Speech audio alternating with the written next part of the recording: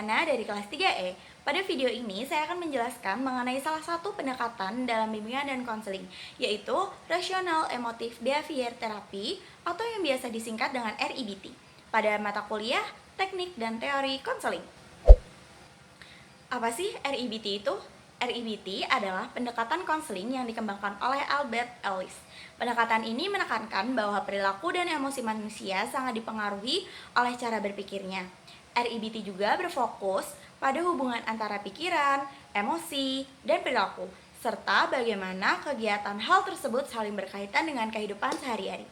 Menurut pendekatan REBT sendiri, permasalahan emosi yang dialami seseorang seperti sedih, marah, cemas, atau stres bukan secara langsung disebabkan oleh peristiwa yang dialami, melainkan oleh cara seseorang menafsirkan atau memaknai peristiwa tersebut. Dengan kata lain, bukan kejadian yang membuat seseorang bermasalah, tetapi pikiran dan keyakinan yang muncul terhadap kejadian tersebut. Misalnya, ketika seseorang mengalami kegagalan ujian tersebut itu sebenarnya bersifat netral aja. Namun, jika individu tersebut memiliki pikiran seperti aku bodoh nih, atau aku selalu gagal dalam hidup, maka pikiran inilah yang akhirnya memunculkan perasaan sedih, putus asa, dan bahkan buat kepercayaan diri itu hilang.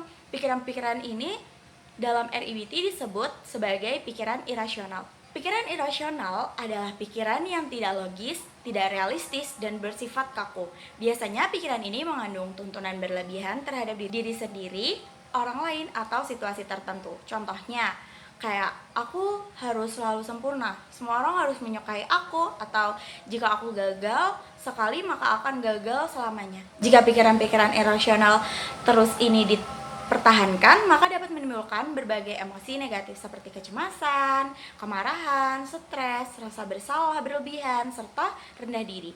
Dalam REBT juga terhadap konsep utama sangat dikenal, yaitu dalam REBT juga ada teknik ABCD, model yang digunakan untuk membantu konseling memahami hubungan antara peristiwa, pikiran, dan akibat yang dialaminya. Pertama, yang A adalah activating event, yaitu peristiwa atau kejadian yang dialami oleh individu, baik itu kejadian positif maupun negatif. Yang B adalah belief, yaitu keyakinan atau pikiran individu terhadap peristiwa tersebut, baik pikirannya rasional maupun irasional. Yang C, consequence, yaitu akibat yang muncul dari keyakinan tersebut yang dapat berupa emosi dan perilaku. Yang D adalah disputing, yaitu proses menantang, membantah, dan mempertanyakan pikiran rasional agar menjadi lebih logis dan realistis. Dan yang terakhir adalah E atau efek, yaitu hasil dari proses disputing tersebut berupa munculan pikiran baru yang lebih irasional dari si konselingnya ini.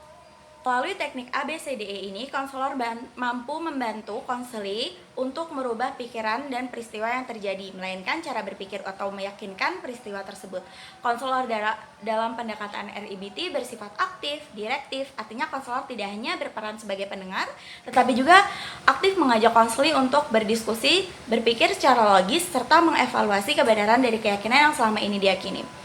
Tujuan utama dari REBT adalah membantu konseli membangun cara berpikir dan rasional, realistis, dan fleksibel, sehingga konseli ini mampu mengelola emosi dengan lebih baik dan menampilkan perilaku yang lebih positif.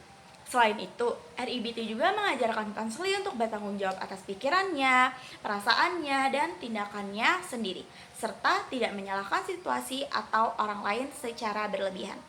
Pendekatan REBT sering digunakan untuk menangani pendekatan permasalahan psikologis seperti kecemasan, kemarahan yang berlebihan, stres, depresi ringan, rasa bersalah yang tidak sehat, serta masalah kepercayaan diri. Pendekatan ini dinilai efektif karena membantu konseli memahami pola pikirnya sendiri dan secara sadar mengubahnya ke arah yang lain. Mungkin itu saja penjelasan dari saya. Kurang lebihnya saya mohon maaf, dan kepada Allah saya mohon ampun. Terima kasih, saya akhiri. Wassalamualaikum warahmatullahi wabarakatuh.